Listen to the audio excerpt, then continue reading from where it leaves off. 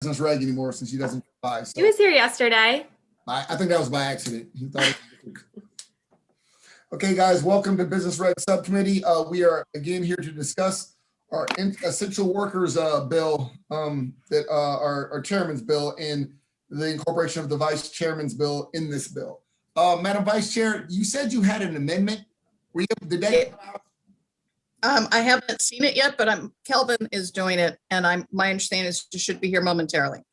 Okay, because I don't know. I mean, people have time to discuss it. Laura, did you get? We're not voting this today anyway, but obviously as soon as I get it, I'll forward it to everybody. Right. And Laura, did you get a chance to send out the new the language you were reading from yesterday to everyone? Yes. Chris, did you have a chance to review it? I have. Okay, and I'm hoping the rest of our colleagues have had a chance to review it as well. Yeah. I guess we just wanted to start by kind of stepping before we jump on what you the committee thoughts on some of these things. I wanted to walk through a few things that Laura and I laid out. First of all, Vice Chair found a definition of in the public safety article of a catastrophic public health emergency, which I believe would be what we're looking for in this situation. And I don't know if you guys see the attachments, but it's laid out the definition of a catastrophic public health emergency, because I think Chris had said this before. This isn't just a health emergency. This isn't floods. This is because of what we're writing. I know we can't predict what could happen next, but to tie something into what has already happened, it has to be for a specific emergency. And so I believe that we could adopt this language, which is already provided, as a catastrophic public health emergency. If you guys haven't gotten the definitions, I believe she sent them out. Please review them, and hopefully the Chris doesn't satisfy your issue. Mr. Chairman, that is a very important amendment that I think needs to be in the bill to make sure it's applying in the places where we're expecting it to apply for a similar incident, but perhaps something equal but different. In other words, a statewide impact. Yes. Yeah, and that's why, and I appreciate your input. Who's sending this out? Chair, what number is that? What number is that? Delegate Wilson, this is, I didn't send that out to, This is so for us. I can share screen. No, I can share screen. And So we'll send it Yeah, out but as share well. the screen because I can't find what you're talking I about. apologize. no, it's okay. Let me pull this over here. I think, yeah, you sent it to me. I didn't respond in time. That's what it was. It's okay. I just put together a list of sort of open questions that I thought the subcommittee might want to revisit after the walkthroughs that we've done. And the first was going back to the definition of emergency. The vice chair brought to my attention that section 143801 of the public safety article defines catastrophic health emergency. Can you scan up to the top? Yeah, so we can see? Well, so this is what's up here is sort of, I was trying to reconfigure the language in 581 in the bill. So you could say, I guess it would say a catastrophic health emergency. Wait, Laura, could you scan up to the top of this document? Because right now we can only see number 7. It says any others. Oh, hold on. Maybe it stopped Yeah. sharing screen. Let me, hold on. I don't even know how you're seeing what hold on one sec. It just says 7. Yeah, don't worry. She's I think her maybe just froze. And I can forward my email to everybody. Okay. No, I can, hold on. I can pull Okay. it up again. And she's going to send this out. Like I said, we're not voting on this today. It was definitely a good find, I believe, that kind of narrows this down like we're trying to do. It was in one of the eviction bills of all places. Of course. I don't know. I don't know. It's crazy. I don't know if it's crazy that it was in an eviction bill or that you were reading an eviction. Well, there's that. I've been reading the Sorry. eviction bills. Well, yeah, You right. don't want to throw anybody out the house during a catastrophic emergency, so that fits. Right. Can you There see it it is. now? Check-ins again. I see emergency. Oh, you have not sent this to us yet. No, she's going No, to. this was just to sort of guide the discussion today, but So I'm not going to look for it. Okay, go ahead. yeah, so the bill in the version that was sent out yesterday, that I sent yesterday afternoon, it changed the House Bill 581 as introduced, it had the two prongs of what is an emergency. And the second prong was basically something that's the subject of an executive order, an executive declaration, or an executive proclamation. And so the vice chair pointed out that under one of those, the executive proclamation is about a catastrophic health emergency. So she was suggesting that we could sort of cross-reference or bring in the definition of catastrophic health emergency. So that's the language, gosh, that you should be able to see on screen now. So I can look at, the way to bring that into the bill, but I think that could be helpful if that's your intent, to clarify what you mean by that. And Could I give this a shot? Because I see that you're trying to define this. So I don't have this in words, but in a document. But how about this verbiage? If the governor determines that a catastrophic health emergency exists, the governor may issue a proclamation under the subtitle. So That's actually farther down in this. Oh, you have that. Good.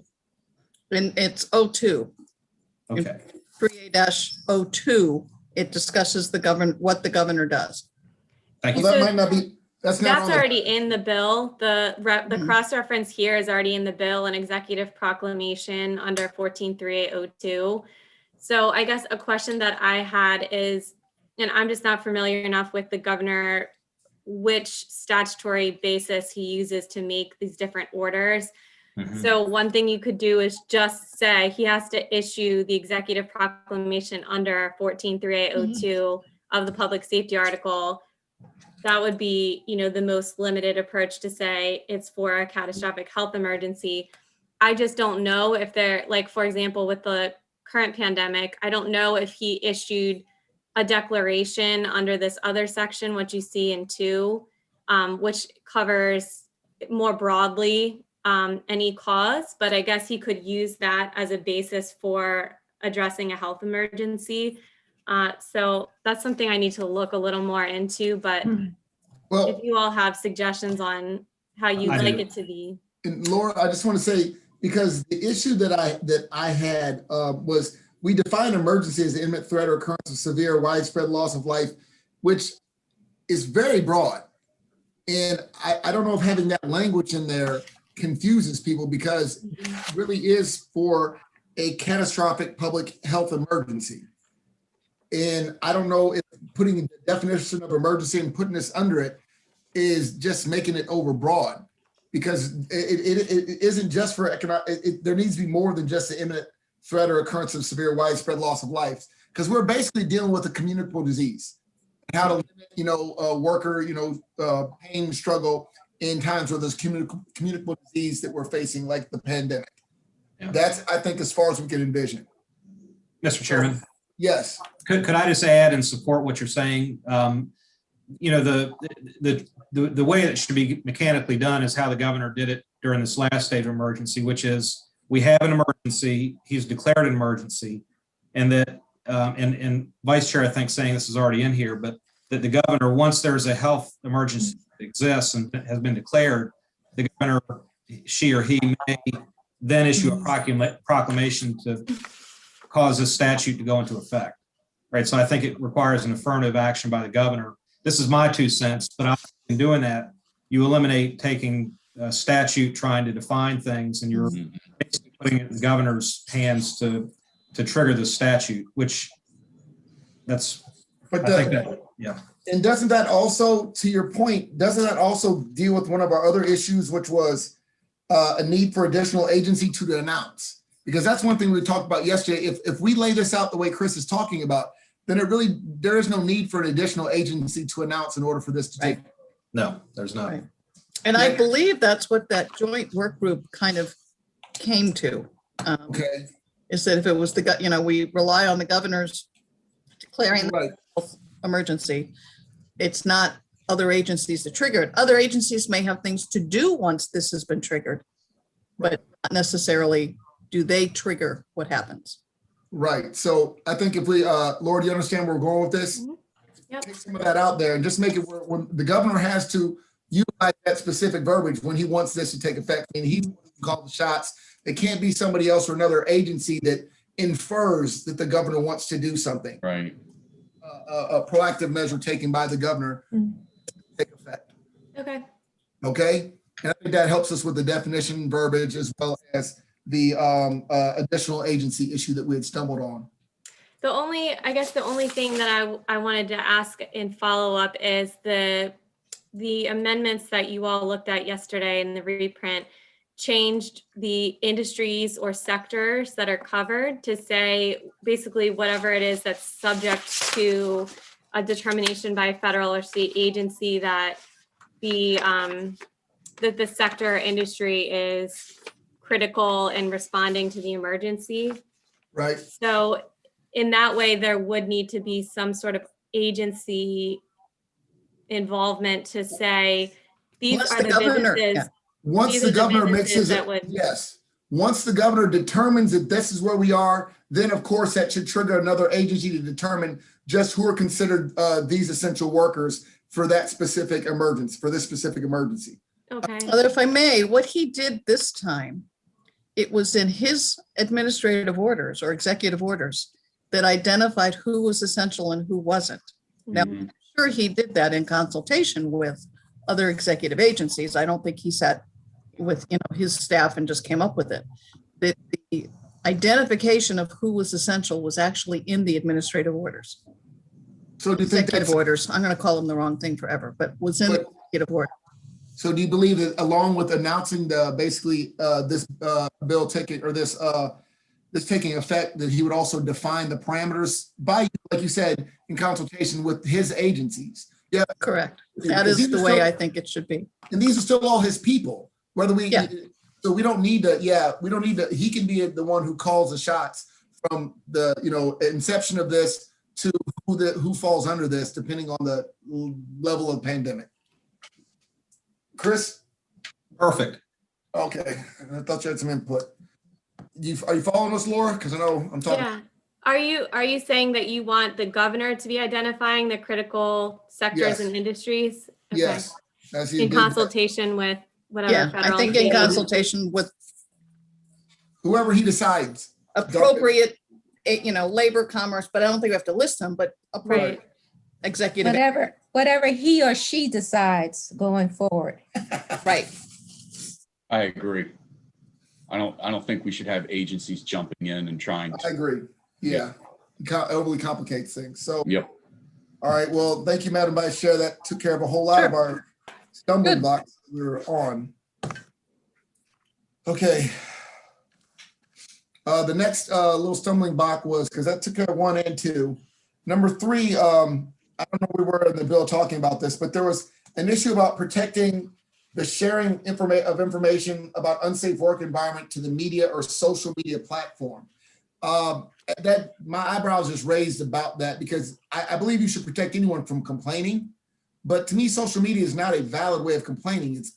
It's kicking up dust. I don't believe that's a protected. I mean, beyond what it's already protected as, your First Amendment, freedom of speech. I don't know if we need to add any additional protections for you complaining about your workplace on social media, because it's not helping anything. No. Mr. Chairman. Yes, Chris? So I agree. And I'm also concerned because the formal way to conduct an investigation is to submit the complaint to the Commissioner of Labor and Industry. And I'm not going to go long-winded on this because I think it's something we've got to sort out how we're going to enforce the statute. But just in my opinion, I think that we in the Commissioner are creating a very powerful unelected bureaucrat who in this particular scenario becomes the most powerful person in the state. She or he would be judge, jury, and executioner on this. And then aside from that is how in the world can a commissioner enforce provisions? And you could imagine hundreds, if not thousands, of complaints. And if these are OSHA or if these are MOSH type complaints, by statute, they are required to physically visit the job site to, once the investigation is started, visit the job site to actually see for themselves what's happening and interview the employer, employee. And so it's very tangled. I don't know how we fix it, but I think it's a very broad power we're giving the commissioner, and notwithstanding how you do the complaint is levied to the Department of Labor. It's social media seems like that's a whistleblower thing. And Mhm. I don't think we need to even weigh in on it. I mean, if somebody's going to get on Facebook and do what they're going to do via free speech, let them go after it. But if they want a complaint to be followed up, they have to do it with some formal process. Well, and the reason I have issue with the social media part, but the complaints may not just be the Department of Labor and Industry, even though that's the official process. They may just be to their supervisor. And I know when employees talk, it may be to another employee like, dude, can you believe we're doing this? You want to still protect them if they identify something. Granted, we do want them to complain, but I guess from their point of view, don't you want to protect employees who are maybe scared? He doesn't want to say anything. He's like, look, I know this isn't right. And he talks to either a supervisor or he talks to possibly, like said, a coworker. They should not. I think the goal is that they should not be punished for that either. Again, it's more than idle gossip, but it may not rise to a level of a formal complaint before their protections kick in. I think was what we were looking into. Delegate Queen. So I think, thank you, Mr. Chairman. I think you hit on where I'm kind of confused now, because I was starting to agree with my colleague, Delegate Adams, that you have to go through you should be reporting this through some agency, whether that's MOSH or whoever, and there should be guidelines on how we do that. If I, as an individual, have a complaint and it's treated as, and I have some retaliation for making that complaint, that's a whistleblower piece. Right. Which we should also have protections for. So are you saying there's some in between? That's my worry, is just in my reading, that we want to make sure that if they don't go to the Department of Labor, but they go to their supervisor, that their supervisor doesn't turn around and punish them for what is a valid complaint, because they may not know Department of Labor is where they go. Or somebody who's a little scared, so they talk to a coworker. That really messed up. I can't believe they're making us do this. And it's a valid complaint about public safety and health. Remember, in a catastrophic public health emergency. True, which we should. Yeah. I don't know where in the law we don't have those protections now. If I went to my supervisor and said, hey, you making me work, and we're in this catastrophic health emergency, and I don't have proper PPE, and you're telling me that supervisor is going to fire that person, and they don't have a way of doing that now through whistleblower to be protected? Well, I think we were including in this bill just to be sure, because I don't believe they're protected under statutes for complaining about a possible health violation to a supervisor. So that needs to be in law someplace beyond this. I think you should be strengthening something else that's lacking. That's all I'm trying to say. Laura? Yeah, I can look into sort of under the MOSH statute if there's anything more generally that protects workers. And I guess if, to Queen's point, if there is, does it need to be restated in this? Mm-hmm. That would be the question. Delegate Chi? Oh, I just have a simple point to add to the discussion. I don't think these days anyone can prevent anyone from expressing themselves on social media, which is usually the first place that they go to air any sentiment about anything. You know, media is so decentralized these days. People self-publish whatever they want. And I hope there is some protection already in place for people to express themselves freely in America we're talking about, right? But if not, that's just a point I want to make. All right, and again, we know about the First Amendment. I agree.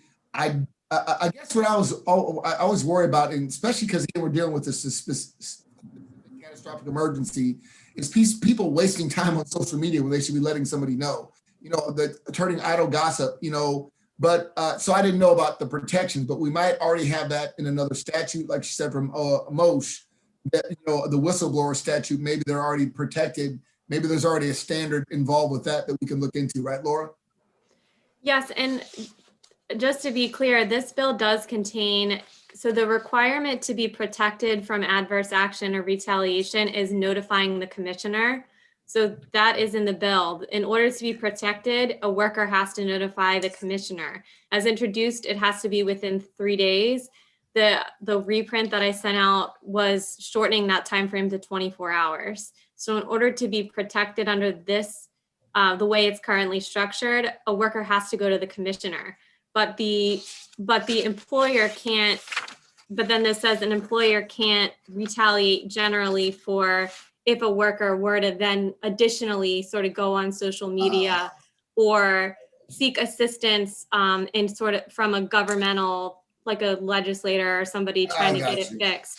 So you're only protected specifically if you go to the commissioner within the time frame, but all these actions that you may take in addition would be protected if you did that. And as far as the time frame, Laura, so if I say within 24 hours, so if they do it within 48 hours, they're still protected, right? Under which, so under the bill as introduced, yes, with the 24 hours, they would not be protected specifically under this. Okay, if they complain from, okay, let me back that up. But the way it would work is they would have to do something affirmative within 24 hours in order for this to become an issue. So if they don't want to show up for work, then the protection is you have to complain within 24 hours, right? Mm-hmm. According to the amendment. Right. And the same would be said if they want to go online, I guess, and gossip, but they're already protected. I know there's already whistleblower protections in statute, but that was specifically for people that said they're not going to show up for work. And I wanted to, because my worry again was that I don't want them waiting 3 days because in a public health crisis, when there's an unsafe work environment, that they know about it because other individuals could fall prey to whatever that the lack of the oversight is. So yeah, I don't know how to go beyond that. Madam Vice Chair. Okay, so I found where the reference to social media or social media platform is. And it's, if you haven't found it, it starts on the bottom of page 11 and then goes to the top of page 12. But this is section C, and it's an essential of the reprint that Laura sent today.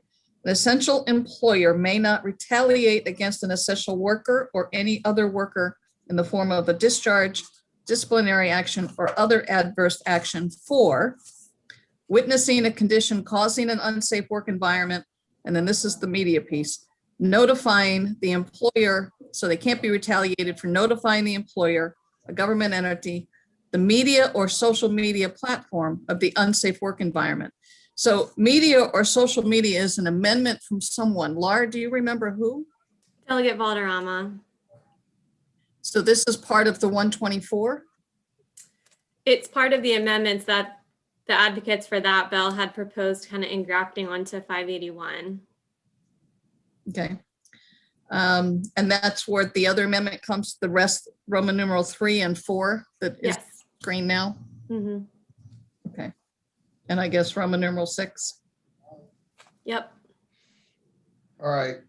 So this is just saying they can't be retaliated against for notifying the employer, a government agency, or putting it to the media or social media platform. And I guess I just have issue with the media, social media portion of that. We have legitimate ways of, complaining. And I say that because our goal is to solve the complaint. It's not just, espousing rhetoric. We really want to get on top and make sure that if there's unsafe work environments, they're dealt with. And I don't know, I'm not okay with that amendment, but we'll come back on that. I'm definitely not okay with that. Strike it. Yeah, that would be my move. But again, we'll come back. I just, it's not solving a problem, especially if we lay out a process and several processes. The first one is going to your employer. Second one, obviously, Department of Labor may be a little more esoteric, and not everyone would know about it. But social media is definitely not. That's not the locked way of communicating. All right, and Laura, also in that section, when it comes to forms of retaliation, that's also that area. There's also them refusing to go into work, right? Right. So during the refusal to go into work, is it retaliation if you don't pay them for not going into work? Let me find the language. So here it is at the bottom of the page. An essential employer may not retaliate, starting line 29, against an essential worker or any other worker in the form of discharge, disciplinary action, or other adverse action. Right. So is that caught up in the other adverse action for somebody who's not coming into work? Not getting paid, Yeah, it sounds like it would be. at least not getting paid for work you performed. I mean, if they're an hourly employee Right. there, I don't know that there's other than leave that they have earned. I don't think there's an obligation to pay. Right. Now, not allowing them to take leave may be an adverse action, right? Correct. Right. And that's for hourly. We're talking about hourly people here. All right. So that might be fine. The way that is, it might be fine. All right. I just want to make sure. Yeah, Chris.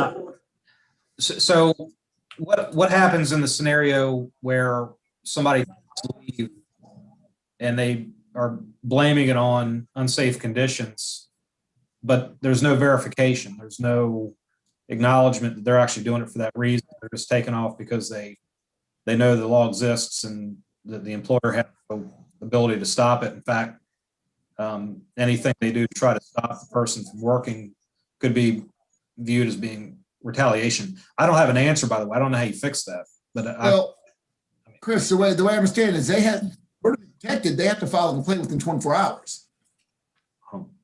They still don't, you don't just get to not going to work, say I don't like going into work. They have to file a complaint. Now, it could be either apparently with their supervisor or Department of Labor. But yeah, I think that I believe that they have to take an affirmative action beyond, just not coming to work because they don't like something. so if I work for you and I file a complaint with the commissioner and then stop showing up to work, you're saying that's sufficient for the verification that I'm talking about. But how long would it take the commissioner to come to a determination that my leave was justified? So in other words, the worker. That was my question. What's the response time? I'm sure nobody knows. And again, I guess we're envisioning the poultry industry in this situation is, Not necessarily. I'm thinking about my business. No, I know you are. I'm saying worst case scenario, the way this was drafted this way is for individuals that were working the poultry industry, that were in what they thought were clearly unsafe work environment. When do you force them to go back to work? I mean, obviously it would be after that the complaint was investigated. That would be, obviously what we would envision, because the goal is to clear the complaint up. Now, I don't know a better answer than that, because I don't think we can guesstimate how much time it's going to take. Because as you said earlier, Chris, it depends on how many other complaints are coming in, how many investigators they have. But I do know in best case scenario, we don't want people going back into what may be an unhealthy work environment because time has lapsed. But if we don't have a response time, I mean, these people are identified. I'm not trying to step on Turner. I saw you had your hand up, Pam. I'm sorry. But if we don't have a response time as far as, these people we're identifying them as essential workers, right? So if we don't have a response time by the agency and these people were out of work for 3 or 4 days, you're talking about food disruption until this complaint is properly investigated. It could be 4, 5, 6, 7, 8 days, 10 days, 12, 14 days. It's not outlined in the bill. You're talking about people that we have clearly identified as essential workers. You're looking at food, power, water disruptions. I mean, there's a myriad of things that could trickle down from this. I think Delegate Adams is bringing up a very valid point here. So are you suggesting that we put a time frame in which each complaint has to be investigated? And what would be is there a rational way of doing that, an enforceable way of doing that? Because I get where you're going. Let Pam. I just think it's something we should explore. I think it's prudent, and I think it's reasonable, not only on behalf of the employer to get people back to work, but also on behalf of the food chain and water delivery services that these people provide on behalf of 6 million Marylanders.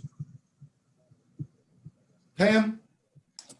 Thank you, Mr. Chair. So I wanted to kind of piggyback on something that Delegate Howard said, and that was coming up when you were speaking with Delegate Adams, that we're talking about essential workers. We're not just talking about the people who work for you and others. We're talking about essential workers. So now we're already in a heightened response time, right? So if somebody reports an issue during I've not read all of the statute, but I'm certain that you don't sit on it, right? This is stuff that has to be responded to in several in hours and minutes, not days and weeks. So that whole aspect of being an essential worker, tell that time frame is different. It's not like you coming to telling somebody who works at a law office, I'm not coming today. We're talking about essential workers. Now, we know how essential workers work. We don't have to talk about a pandemic to know, I have family members who have to come out when the power goes out because they were on cutting lines and dealing with that. This stuff is already kind of identified. I don't know where it's placed in statute, but people know how to respond when you're an essential worker and how you have to do things and how you report issues. So I guess I'm not getting this, if they don't do it in this many hours, what happens? They're going to do it in that time frame. Well, and that's what I was going to ask you. So, because it sounds like what they're saying is that we should put in the legislation that within 24 hours, Moshe or whoever has to respond and investigate. And that's, I think, the crux of what's been brought up so far. And the question will be, do we have to do that? Can we do that? And is that a viable, demand? Delegate Turner? Yes, I'm trying to understand where we are here. We're on this 24 hours, right? I mean, are we trying to take away protection from the healthcare workers? And why are we trying to exempt, their rights to refuse dangerous work? Well, the issue that we're having, the 24 hours. I mean, I'm trying to understand. We haven't gotten to that exemption yet. We haven't gotten to that exemption. We're still on the 24. Okay. That's correct. Mr. Chairman. Wait, I want to make sure I answer Delegate Turner. Did you have a question about the 24 hours in itself, Delegate Turner? Yeah, I do, and I understand about the 24 hours. Can you, one more time, Mr. Chair, tell me why you think 3 days is too long, and you're making it 24 hours? Can you explain one more time to me? No problem. The reason that I'm making it 24 hours instead of the 3 days is because in a heightened state that they would be in, we don't want 3 days to go by of people working in an obvious and dangerous situation. If an individual notes that they're working, they don't want to come back in because it's dangerous to them. They shouldn't be able to sit down for 3 days and let their coworkers sit in that same exact danger before it's been rectified and remedied. So this is more of a public safety to ensure that if there is a true situation that is addressed, it's addressed as soon as possible. I don't want them sitting home for 2 days before they decide to call Department of Labor because many other people could get sick or injured in that time frame. Mr. Chairman. Yes. So if I could take what Delegate Queen was saying and add to it, because I think she and I are going to be on the same page on this. If there's going to be an investigation, then, I mean, there is a formal process that currently exists. And it's under, I mean, we're talking about occupational safety. This is a known commodity. And I think it would be helpful to the committee if we were to say to the Department of Labor, could you please, for our benefit, describe what happens? Okay, so let's say it's a ladder violation. Like I've got a worker up on a ladder and is violating some provisions of OSHA. How long does it, how does that investigation get triggered? How long does it take Moshe to react? And I think it would just be helpful to hear what the commissioner goes through for something simple like that, because here's the deal. I think for violations of occupational safety, these are generally easy to rectify. Either the owner of the business or the worker is doing something that's wrong, and to fix it means stop doing it. when we're talking about workplace safety, the problem we have is that we're saying an unsafe work environment, but it's very hard to describe what that means because we're talking about a clean and healthy environment.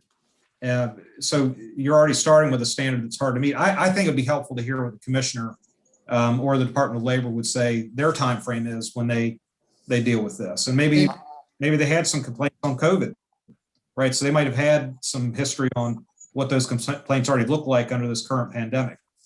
Just a thought. Well, and I get that. I will say though that in this emergency health, again, the situation where the catastrophic public health emergency, that I hope that they would prioritize communicable, situations where communicable disease could be passed above others. So I'm not sure how much beyond giving us esoteric data of what they've already collected from COVID.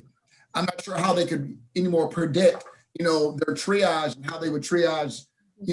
Basically all they could give us, to my understanding, would be past data of as they took COVID, what they did to investigate. And I don't know how that would help us, because the question becomes, are we trying to set out a specific time frame in which they have to investigate a complaint? And is that even a viable thing to do, in the unknown? I think they would already have a plan for when you're in an emergency situation. That's what I'm trying to say. Right. And they would know that they would have to come out. They can't wait 3 days or whatever. I can't imagine there's no plan somewhere. There's no emergency plan that MOSH doesn't have to deal with. I mean, the example earlier where they talked about examples of a medical agent and they listed Ebola. Okay, they know what they did then. They had a response time. There's plans out there. But isn't that the complaint for the poultry industry, that there wasn't a timely response? Right. That's the exact problem, is they didn't have anything in place, even though we'd already dealt with Ebola and H1N1. Now that's the problem, where you need to be going back to that industry, and there needs to be some correction on that, because they should have had a plan. Well, but the plan we don't want the industry developing the plan. We want most developing the plans for the industries. I don't believe that's the way I was leaning. And so I didn't believe most responded in a timely manner to the industry's issues from what I've researched. Mr. Chairman, Mr. Chairman, I think that the thing to remember about food processing is that that's federally regulated. That's a whole different animal. And so I'm not even sure whether MOSH would have the jurisdiction you're imagining. There's no question that if they're in the state of Maryland, I guarantee you that MOSH will also have overlapping jurisdiction with federal. I would, that's why I'm curious what the commissioner, how these investigations played out, because we're trying to pass a law that's going to be workable. And I think it's important to hear time frame on this. Okay, I agree. The only thing, I just wanted to add quickly, I do think that it would be helpful for me at a minimum to talk more with the department about kind of, if that's how you want to do it, instead of inviting them to the meeting, I can ask for information and forward it on. But I think it would be helpful. Like just in looking through the MOSH statute, there's a section that says that an employee may request an inspection if the employee believes in good faith there's imminent danger to the employee, or that there's a violation of occupational safety and health standards that would cause physical harm to the employee. The employee has to sign and submit something to the commissioner. The commissioner looks at whether it's reasonable that there would be an imminent danger, and the commissioner has to conduct an inspection as soon as practical to determine whether the danger or threat exists. So that is one mechanism, it looks like, for getting an inspection, where an employee could say something looks unsafe, but the statute, this could be fleshed out more in regulations, just says as soon as practical. Okay. Do you want to reach out to them? Yeah. Or would you like them to come to the next subcommittee meeting? I mean, I guess Chris and Seth have questions. I don't want to hamstring or slow it down too much, but yeah. I trust Laura to get the information.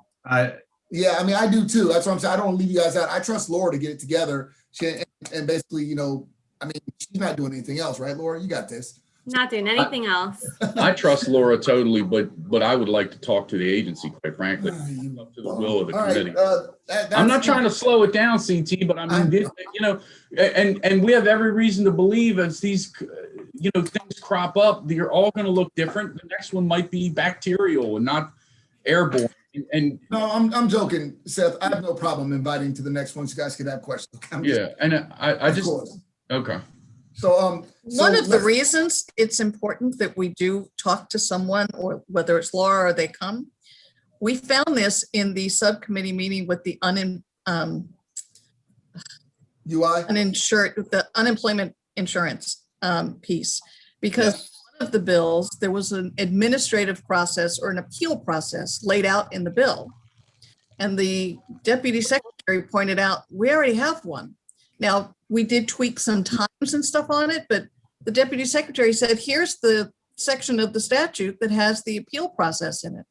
So, and sometimes with these emergency bills, I think that is the case. You start from, let's craft a whole new statute when there may be something already in existence. And that's all I'm trying to say, Madam Vice Chair. No, I think agree. there's I'm something agreeing with there you. already. Right. Yeah. We just need to try to tweak it. Okay, so let's we'll get into the next meeting, Laura. So I guess we can put a pin in this for now. And what am I thinking? Oh, the next issue, God bless it. Oh, I know. Right to refuse, There we like the go. exemptions. Yeah. There we go. So where we are now, colleagues, is, thank you very much, is the right to refuse, which I know is there any chopsticks? The right to, thank you. The right to refuse. Go ahead and just review with council, review what we've decided so far with that. The committee received an amendment that would provide an exemption basically for people, licensed healthcare workers, regulated healthcare workers, because the Hospital Association, other healthcare organizations raised the concern that a health worker it is probably always going to be during a catastrophic health emergency in a quote unquote unsafe work environment.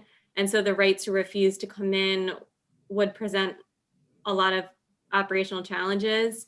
So the amendment here adds those individuals, exempts them from the right to refuse. They'd be protected from retaliation and able to notify the commissioner about, an unsafe work environment, but they wouldn't have the same ability that other workers would have to refuse to fulfill a job duty. You all received an email from Pam Metz about some potentially an additional need to bring in some people who assist like certain other health providers that provide like childcare to certain children that may have medical needs. So that was just another discussion point, I think, for the subcommittee that I wanted to revisit, is whether the right to refuse needs to contain more exemptions if it's going to stay in the bill. And the issue we have, Delegate Turner, I know this is a pet peeve of yours. This is definitely for discussion, is how do we keep our hospitals running? It gets back to when this COVID kicked up. And the tension is that we're living in now is needing those doctors in order to, help our healthcare crisis, and the doctors that have died because of this healthcare crisis. And do we allow the doctors to say, yeah, I'm not coming in, because maybe more would be alive, but maybe more of us would be dead. And because we're talking about a catastrophic public health crisis, we know that the hospital industry is going to be smack dab dead center of that, if any of that danger. So if they don't operate, we all suffer. And I mean, I really don't know the answer to this one, because how do we keep our hospitals up and running so people don't suffer and die? And how do we protect our healthcare workers? And this honestly is almost like a switch that's on or off, because I don't know how to do both in this bill. Because if we give them the right to refuse and they don't come in, what happens to our hospitals? But if we tell them they have to come in, even if they know it's dangerous and they can file the complaint, but they still have to come into work, then are we putting them at risk? And the answer is yes. Yes. So but as a public policy, how do we move forward? Madam Vice Chair? Well, the only clarification or distinction I want to make is not exempting them from the ability to refuse to go to work does not mean that if they have COVID or a family member, that they're not entitled to quarantine. I mean, they still Right. have to follow the health requirements from the CDC. Right. The exemption is just saying you report the unsafe work environment, but you can't refuse to work. Absolutely. Right. You're ill, and obviously we don't want you there. Right. And I mean, I know some of the CDC guidelines they still can't follow because that whole, if you come into contact with somebody who has COVID, then you have to quarantine.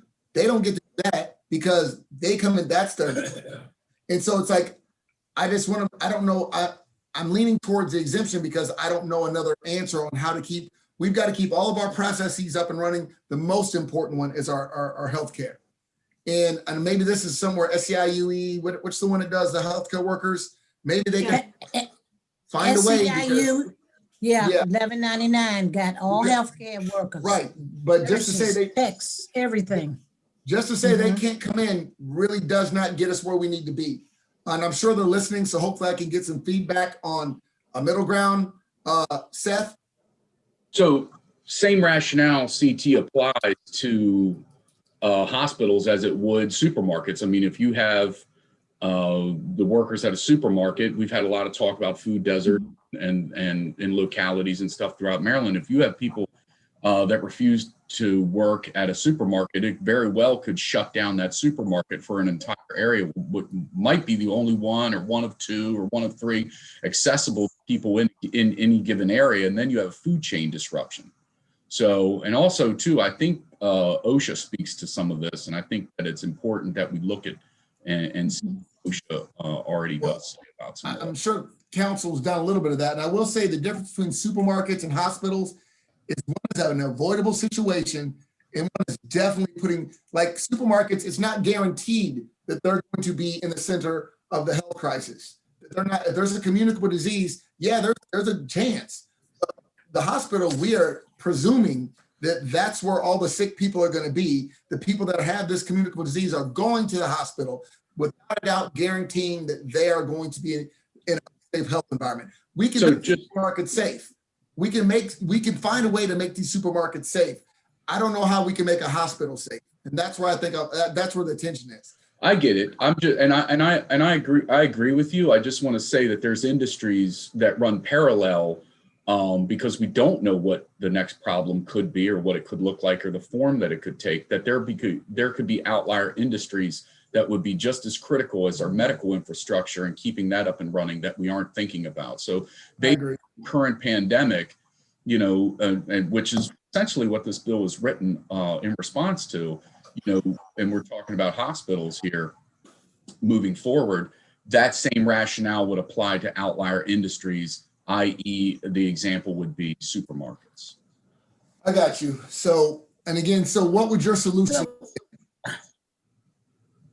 Well, it's something that we would need to explore. I mean, and again, and that's why I referenced OSHA. OSHA speaks to some of this, and I'd like to get a little bit more information there. Laura, do you understand? Do you know what he's talking about when he said OSHA speaks to? Speaks to what, by the way? I don't know what you're saying. I believe some of the right to refuse is covered in some of the OSHA doctrine. Yeah. Like the federal and state occupational safety standards. Right. And so again, so we may be talking about something that's already covered or at least outlined for us. I believe it is. I mean, well, I want to make sure that's. So CT in construction, if you have a worker working on scaffolding, and the scaffolding's faulty and the worker feels unsafe working on the scaffolding, she or he would have the right to get off that piece of scaffolding and say, I'm not going back on that scaffolding until it's repaired. And oh, by the way, I'm going to file a complaint. So there, I think that's what Seth's saying is that there's probably already part of this that.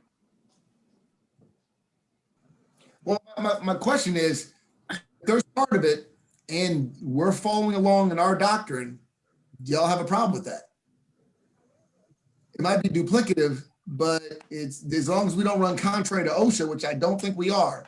Well, I don't think OSHA, yes, I don't think OSHA is giving a worker the right to just walk off the job without there being a reason for doing it. And that's back to what's an unsafe work environment, which I think requires some work in the subcommittee to answer that. But we're back to, I think, well-defined precedent with OSHA and MOSH. And remember, that's occupational safety. So we're all in this bill, in essence, we're talking about occupational safety for workers during a pandemic or some essential, catastrophic health emergency. So the more we can take what's already boilerplate and apply it better than trying to create it out of, fresh text. Well, and colleagues, I don't think anybody disagrees with that. The question is, so we're caught in this, we'll go with the supermarkets. We know it's unsafe because a lot of people are coming in and it's a communicable disease. We want people to say, I don't want to work in that supermarket until they find a way to protect me or not. I would lean towards yes when we can, no when we can't. And so that's right where we are. How do we protect that worker when we can? Do we allow anybody to say they're not coming into work? Mr. Chairman, so let me give you a real world example of what happened. I mean, I'm in construction. I'm a subcontractor on a large project. We're doing flooring. And when this executive order came down, our company had to fix this in a very real way with our workers on the job site. So they're concerned. They're like, should I be working in an environment where there's other trades working? And, my job as an employer is to say to the contractor, look, we need to do work in our area without a lot of other trades working. So in the field, we were able to apply some of the principles that you're talking about, but make no mistake about it. If Chris Adams's company failed to show up on that job, I'm still responsible for fulfilling a contract. That's a contractual obligation, and they would have had every right to perhaps cancel the contract with me and find another company to do the work. Now that's a construction issue, but that was one that I think the entire trades had to come to grips with. And let me tell you how they answered it. The Associated Builders and Contractors and different associations got together and said, we better get our act right on the health and safety of these projects, try to create opportunities for workers to work without multiple trades working in the same spaces. And that was part of a work group that many trades had with the governor's office to frankly get the approval to include construction in essential workers. So part and parcel to each industry's priorities comes some negotiation and some reconciliation. And again, when there's agreement, but then the employer doesn't follow their end of the bargain, that's where OSHA and MOSH come in. And let me just say, as an employer, I would never want OSHA or MOSH to show up on a job site and cite our company for a violation, because their enforcement is severe. I mean, it is a severe punishment. Notwithstanding, violation of OSHA or MOSH might translate into a worker getting hurt or killed. And so, employers don't want to, fight it. I would not underestimate the power of the federal and the state government to apply, these occupational safety standards in ways that there's court precedent, there's statute, there's federal code. And I think it'd be wise for the committee to just use that mechanism. I will say that, and while we do that, we also have to take an effect to what happened to our poultry industry. And that's with OSHA working up and running as it was. People were working in unsafe work environments, and from what we've been hearing, forced to come into work and sometimes in an unsafe work environment. So we have to deal with that. We cannot pretend that what has been happening has been working, because otherwise we wouldn't need any of this bill. So yes, I don't want to deviate from OSHA, but I do believe we can add on if we need to in Maryland to ensure that we don't replicate what happened. Delegate Queen? I think and you kind of maybe answered some of it. So again, what agreeing with Delegate Adams again, but my understanding, You gotta stop doing that.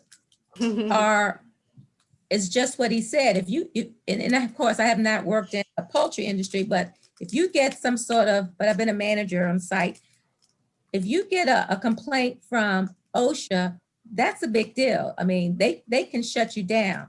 So what I'm trying to understand is, did what happened with the pandemic, was OSHA and MOSH not on the job? They didn't do the enforcement that we needed? Or is there something we need to tweak that they didn't feel they had jurisdiction over? Because I can't imagine somebody reported them having trouble with the poultry industry and they didn't shut them down. And they made people come to work. That we need to be going after, why did that happen? What was the enforcement? What happened to the enforcement part? I mean, you talk about it all the time, Delegate Wilson, that we have these bills and then we can't enforce it. Why didn't we enforce the rules that are there? There are rules on the books, I know, about occupational safety. What happened? That's a good question. So my without a doubt, but again, that's kind of why we're here, to make sure that doesn't happen again. And how do we make sure it happens again? I have a rule on the books. You didn't follow the other rules. What's going to make you follow this one? That's what I was getting ready to say. Us writing more documents, creating more documents is not going to stop it from happening again. So I'm not trying to do the documents. We're trying to do a process, I guess. This is why the chair brought this bill, because we wanted to find a way to protect our workers. Now, if we feel that OSHA has enough authority between OSHA and MOSH that these individuals should not be allowed to leave the workplace if they believe that there's an unhealthy work environment, if we feel that they should not be able to refuse to come to work, then so be it. Because as of now, they can't do that. So that my point is, but as No. they can't say I'm not coming in, they can't say I don't want to go into work. And Mr. what Chairman, I'm trying to say that OSHA and MOSH already have the authority to have gone in there and said, shut this place down. They don't have to refuse to come to work. They're going to tell them, don't come to work until it's fixed. Authority. Now, if they do that, I don't understand. Mr. Chairman, let me just respond. I think we're getting in the weeds on one industry, but let me just, we were briefed by the industry as an Eastern Shore delegation. They're regulated by the USDA. USDA regulators are on their work floor. And those regulators have the ability to shut a processing plant down if there is a USDA violation. And and this is where we get into what federal versus state. They're federally regulated. I mean, it is a food processing. When you go buy packs of chicken, Acme, whatever, imagine what they have to go through to make sure that is a safe food product that hits the shelves. And the idea that, look, I hope that we're not going to single out one industry is my point. But if we're going to single out an industry, let's just remember how that industry is regulated very heavily and for very serious reasons for safety of food. Last point on poultry, and I'll just defend the industry, is I watched Randy Day, the CEO of Purdue Farms, on a national program when food wasn't available on the shelves. We would go to the grocery store, and there were severe limitations on what food was even on the shelves. And that CEO stood up and said, we as an industry are going to make sure that our country is fed. The amount of donations that they made to groups to feed America during a very untested waters, I mean, they delivered. And it wasn't just companies, it wasn't just the CEO. I guarantee you that their testimony is their people, their workers delivered the same way healthcare delivered. I mean, I think that I'm going to get off. I got on my soapbox. Well, let me ask you a question, Delegate Adams, since you received, your delegation received the briefing, and you understand what their ability is from a federal as well as state regulations. Why didn't they shut it down? Because they weren't cited under OSHA nor USDA. Why didn't they cite them? Because they weren't in violation of the law, the federal law. I mean, what federal law weren't they in violation of if the environment wasn't safe? I'm sorry. You and I are trying very hard to pass a piece of legislation, and we're talking about one industry, and that industry is federal. But you understand that industry is set up to help to protect workers. And I'm trying to understand with what we've heard, what happened with this pandemic, what piece of the law is saying that wasn't unsafe? I mean, there are definitions of what's safe. So how did they not violate that? I'm lost on that. Okay, well, I mean, Well, and before I go on, colleagues, wait, I'm coming right to you, Delegate Turner. I just want to say the question is that we're working on, not what the feds aren't doing right and not what most isn't doing right. Do we want to allow individuals to have the right to refuse to come in? 1. 2, if that's the case is yes, do we want to exempt any workers? That's where we are. I would like to climb that hill. So Delegate Turner, I know you have something to say. Yes, I don't want to get off of the other thing because I think that's important too, Delegate Pam. Okay, but I want to get back to the healthcare workers, okay, keeping them safe. I don't feel that we should exempt anybody. Okay, I need them to find a way how to keep them safe if they have to come to work, the essential workers, the licensed nurses. I mean, what is the hospital doing to keep them safe if they refuse to come in because they know that all of this is going on? A lot of the patients and some of the workers are now got the coronavirus, okay? And then they know this, and then they're not allowed to put it out in the media. I mean, what we have this section right here. Can I just put this little section on hold and come back to you with some? I can't do that with some ideas. No, what I was going to tell you is, listen, we're not voting on this today, Delegate Turner. Okay, can I come back next time with some ideas? We're not trying to get this out before crossover. We're not. Oh, okay, got you. Yes, this is not that bill, guys. We've been given the time. We just have to have the discussion because, yes, I want to know somebody's idea of how do we protect our healthcare workers and yes, have the healthcare industry going, which bleeds into Seth's issue. How do we keep the supermarkets going if everybody can just not come into work? Yeah. How hard it was to get toilet paper, I couldn't imagine if the entire supermarkets were closed. So if we allow these individuals, are we going to force them to go back into a dangerous environment lest they? I don't think so. Right, but the other side is, do we allow an industry to close down and shut down and basically our society grind to an absolute halt because we can't go to the hospital, we can't go to a grocery store? That's where we are. So we can move on from that because we can't. And I understand what Delegate Queen is talking about. Like she's talking about some very big 300 feet, 300 miles in the sky issues about what's not working and why. But right now we know something wasn't working. So right now what we're trying to do is determine what, if anything, we can do to make things work better. And there is no guarantees because if they didn't follow this one, but for us to walk away and say, because we don't think they'll do their job, we won't do ours.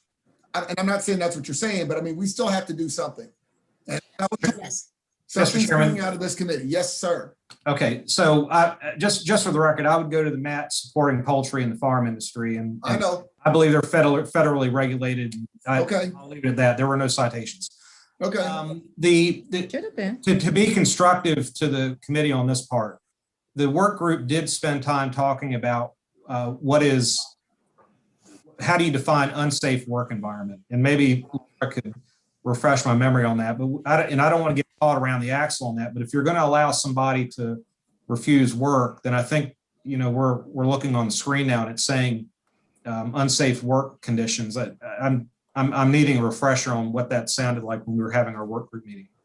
It's what Laura just brought up. We sort of went to, it's going to be what OSHA says or motion. Okay.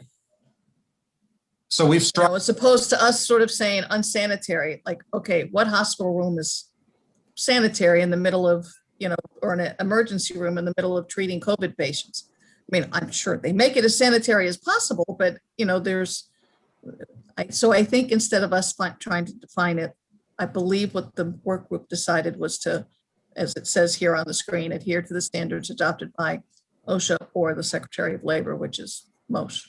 So Laura, I think I talked about CDC. There was guidance that CDC gives us as employers. And I know I used some of those best practices in my business. Just add that. Just food for thought. Okay. Yeah, I think this language we can look more closely at, because I believe some of the healthcare organizations wanted the language to be broader, to just say basically like applicable federal or state standards. Well, the problem we're going to have with that is, as a regular employee, they're not going to know that. They're not going to be able to go to their OSHA manual to determine prior to go in what if this is, you know, safe under OSHA standards. So that's why, again, I don't know how to make it any clearer that it's going to be subjective to them. And as long as it's good faith and subjective, I believe that would be enough to you start an investigation. They're not going to know OSHA standards. I know we can define what is safe, but we can't define what they think is safe. For this, remember, what we're talking about is someone's ability to refuse to come in and them filing a complaint. Because honestly, if they knew the OSHA standards, I think their complaint would be much more concise than they're probably going to be. So I don't believe holding them to that standard. I don't know if we need to define what unsafe work environment is, because they're going to call it on their own. Well, Mr. Chairman, if I'm working for you and I show up on Monday morning and say, your work environment's unsafe, I'm going home. Employers don't want that. Sure. All right, so that's where we're at. Well, I got you. I just don't know how to get around that issue as far as for the health emergency. In my humble opinion, I don't think you can, because it's just all and yeah.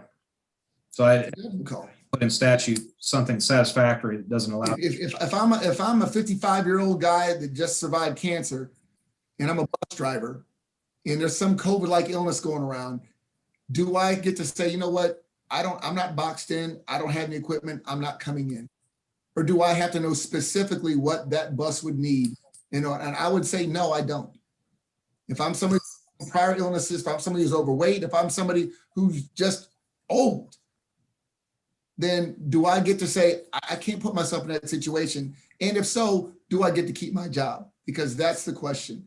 And I know that we're worried about good faith. That's important. But I don't know how to define whether it's good faith or not when they want to complain. I agree. Okay. So, all right, Laura, I feel like we've done not a lot of nothing, but I try not to keep everybody for more than an hour. I think, has it been more than an hour? Yes. Yeah. Time flies when we're having fun. Go ahead, Seth.